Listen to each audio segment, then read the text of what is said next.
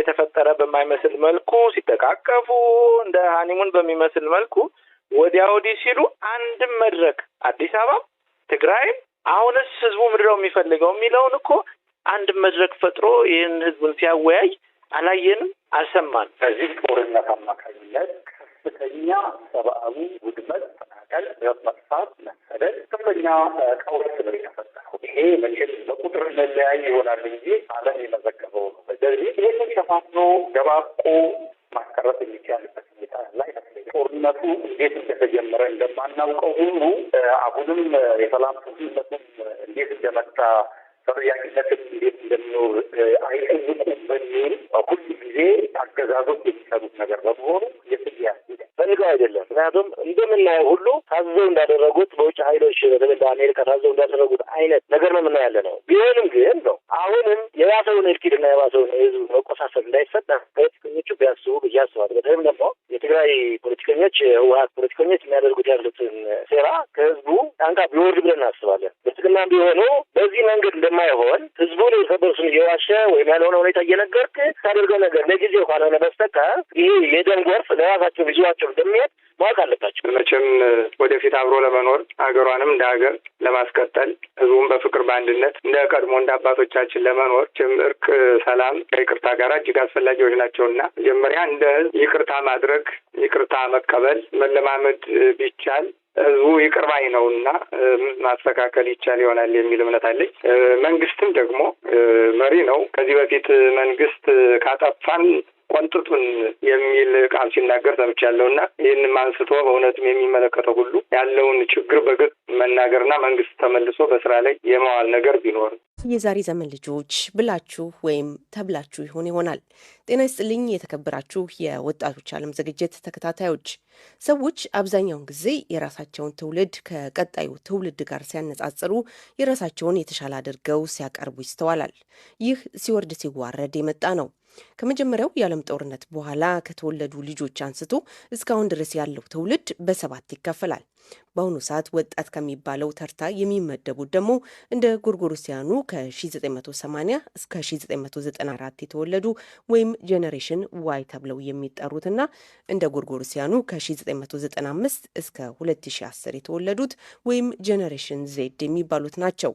ኤሮስ ሙሉጌታ 24 ዓመቷ ነው። ከጄኔሬሽን ዜድ ተርታ ትሰለፋለች። እሷን በእድሜ የሚበልጡ ሰዎች የእኛ ትውልድ የተሻለ ነበር ብለው ማነጻጸራቸው ትክክል አይደለም ትላለች። አሁን ላይም ብዙ መስራት የሚችል ብዙ መልካም ነገር ማሰብ የሚችለው ትውልድ በደንብ አለ። ያ ትውልድ ግን እንዲወጣ የማያደርገው አሁን ላይ መሰረታዊ ችግር የሆነው ፖለቲካል ኢሹ ነው። በቃ ኢትዮጵያ ውስጥ ፖለቲካው ትምህርትም ላይ ገብቷል። ጤና፣ የተለያዩ ኢንቨስትመንቱ ምንም ብትል መለየት ጎራ ልትለይለት የማትችል የተደበላለቀ የአስተዳደር ሁኔታውን ልትችያለሽ ምንም ስለተደበላለቀ ነው እንጂ ፐርሰናሊ እንደ ወጣት ግን ይሄ ትውልድ መጥፎ ነው፣ ይሄ ትውልድ አጥፊ ነው የሚለው ነገር እኔ አልቀበለውም። ምክንያቱም እኔ በዙሪያ ላይ እንደ አጋጣሚ ሆኖ ሊሆን ይችላል አላውቅም፣ ግን ብዙ መስራት የሚችሉ ትውልዶች ናቸው ከኔ ጋር ያሉት። ግን ሁሉም ቤቱን የተቀመጠው አሁን ላይ ምክንያቱም ያለው ነገር ፋይናንሻሊ እኛ ካፔብል አይደለንም። ወሰን የሆነ ነገር ኢንቨስት አድርገው መስራት ምናምን አንችልም። በድሮም ዘመን ስታስቢ ደግሞ ብዙ የሚሰራል የሚያጠፋም አለ። ተመስገን አበበ 33 ዓመቱ ነው።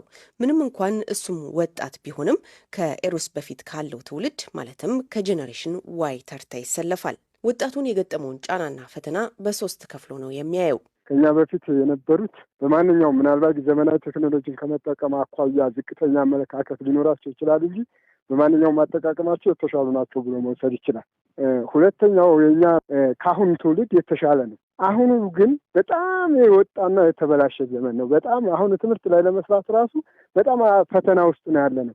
በከፍተኛ ደረጃ የፖለቲካዊ ተጽዕኖና ኢኮኖሚካል ተጽዕኖ በጣም ከፍተኛ ነው። በዚህን ሰዓት ማለት ነው እንደፈለገ የሚንቀሳቀስበት እንደፈለገ ሰርቶ የሚለወጥበት ተምሮ ስራ የሚያገኝበት ዘመን አይደለም። በተለይ በዚህ በአራት ዓመቱ ወቅት ውስጥ በጣም ስቃይ ውስጥ ነው ያለው በማንኛውም ተግባር ማለት ነው። ተመስገን መምህር ነው። ከአንደኛ እስከ 8ኛ ክፍል ያሉ ተማሪዎችን ያስተምራል።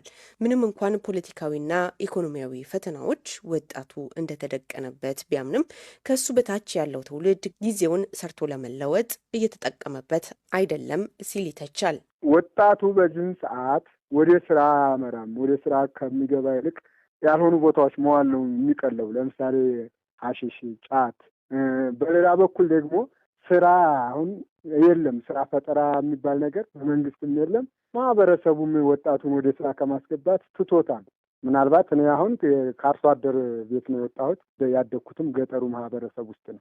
ስለዚህ በዛን ሰዓት ወደ ትምህርት መሄድ እንጂ ወደ ሌላ መሄድ ከሌለ ሄድም ከተባለ በጣም እንደ ነውርን የሚታይበት በአካባቢው ባህል የሚወገድበት ነው። ይሄ ከተባለ ማለት ነው። አንተ እንደ ወጣት መምህር ተማሪዎችህን ምንድን ነው የምትመክራቸው? እኛ እንግዲህ ያው ከፍተኛ ኃላፊነት አለብን። ወጣቱን ወደ ስራ እናስገባ እንለውጥ ከተባለ አንቺም እኔም እያንዳንዱ ህብረተሰብ መንግስትም የራሱ ድርሻ አለው። ይህንን በጋራ ስንወጣ ነው ከዚህ ቦታ ላይ የተለወጠ ነገር ልናገኝ የምንችለው።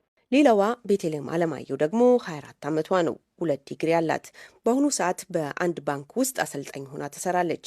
በወጣትነት ሰዓት ትዕግስተኛ መሆንና ለውሳኔ አለመቸኮል ያስፈልጋል የምትለው ቤተልሔም ያለፈው ትውልድ የእሷን ጊዜ ትውልድ ቢወቅስ ብዙም አይገርማትም። ብዙ ጊዜ ምንድነው በአሁኑ ያለው ጄኔሬሽን በጣም ተስፋ ይቆርጣል። የሆነች ፌሊየር ነገር ሲኖር ወደ መጠጥ፣ ወደ ሱስ፣ ወደ አደንዛዥ እጽ ነው የሚዘዋወረው እንጂ ላይክ በቃ ለበጎ ነው ለሚትራይ አጌን አይነት ሲቹዌሽን የለም።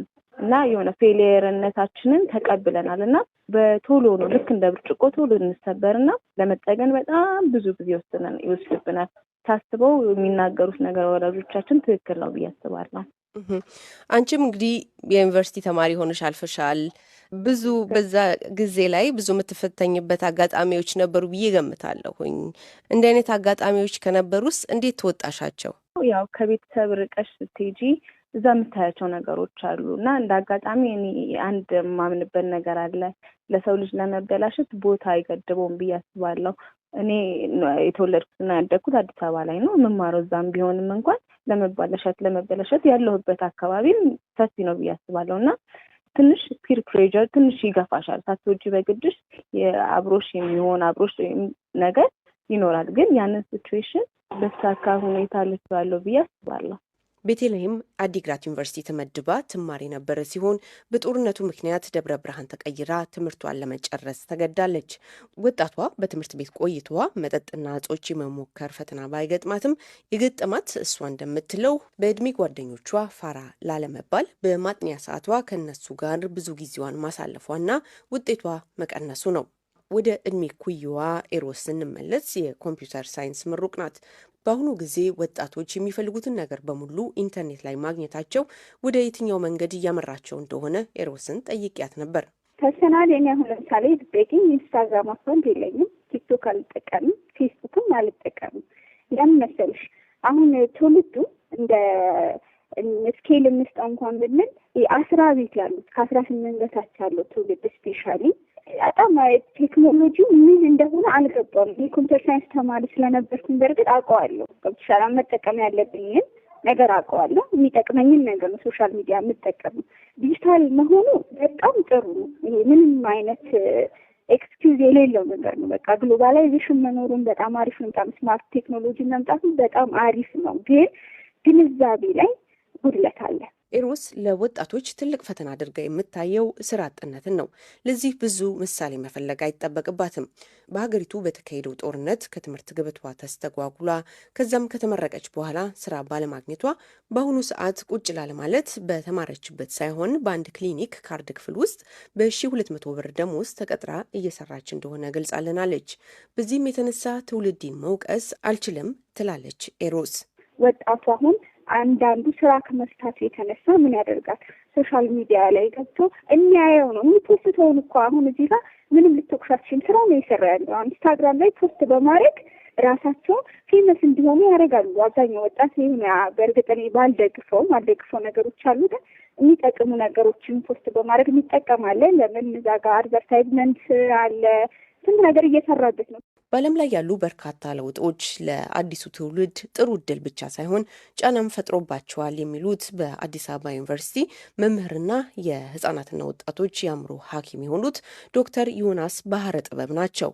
በተለይ የዋጋ ንረት፣ ኮቪድ ጥሎት ያለፈው ማህበራዊና ኢኮኖሚያዊ ቀውስን በዋናነት የሚያነሱት ዶክተር ዮናስ ወጣቱ ሰው ከሰው ከሚያደርገው ግንኙነት ይልቅ ቴክኖሎጂ ላይ ሱሰኛ መሆኑንና ግዑዝ ከሆነ ነገር ጋር ያለው ግንኙነት እንደሚያመዝን ይናገራሉ። ወጣቱ በዚህ በግሎባሊ ባለው በኢንፎርሜሽን ሬቮሉሽን ምክንያት ለሁሉ ነገር አክሰስ አለው። አንቺ የምትኖሪበት ጀርመን ሀገር ካለ ወጣት ጋር ተመሳሳይ ኢንፎርሜሽን እጁ ላይ አለ። ነገር ግን መሬት ላይ ያለው እውነተኛው ነገር ሴልፎኑ ላይ ከሚያገኘው ኢንፎርሜሽን ጋር በጣም የተለያየ ነገር ነው። መሬት ላይ ያለው ነገር በቀን አንዴ መብላት የሚቸገር ሰው ያለበት፣ መጠለያ ያጣበት የሚቸገር፣ መንገድ ላይ ድህነቱ በጣም ተሰራፍቶ ያለበት ነውና ሪያሊቲው በጣም የተለያየ መሆኑ የእኛን ሀገር ወጣት በጣም ትልቅ ጭንቀት ላይ ፍራስትሬሽን የምንለው በቃ ይፈጥርበታል። ወጣቱ አሁን ወደ አልኮልና ወደ አደንዛዥ እጽ ተሳበ ተብሎ የሚታይበት መንገድ ምናልባትም አሁን ካለው ከዚህ ከጭንቀቱ ከዲፕሬሽኑ ከዛ ጋር በተያያዘ ነው ማለት ነው ወጣቶች በብዛት ወደዛ የሚያደሉት። የተለያዩ ምክንያቶች ሊኖሩ ይችላሉ። አንደኛው ምክንያቱ ምንድን ነው? ድሮ ኖርዝ አሜሪካና ዩሮፕ ብቻ የሚታወቁ አደንዛዥ እጾች አሁን ኢትዮጵያ ውስጥም መወሰድ ተጀምረዋል።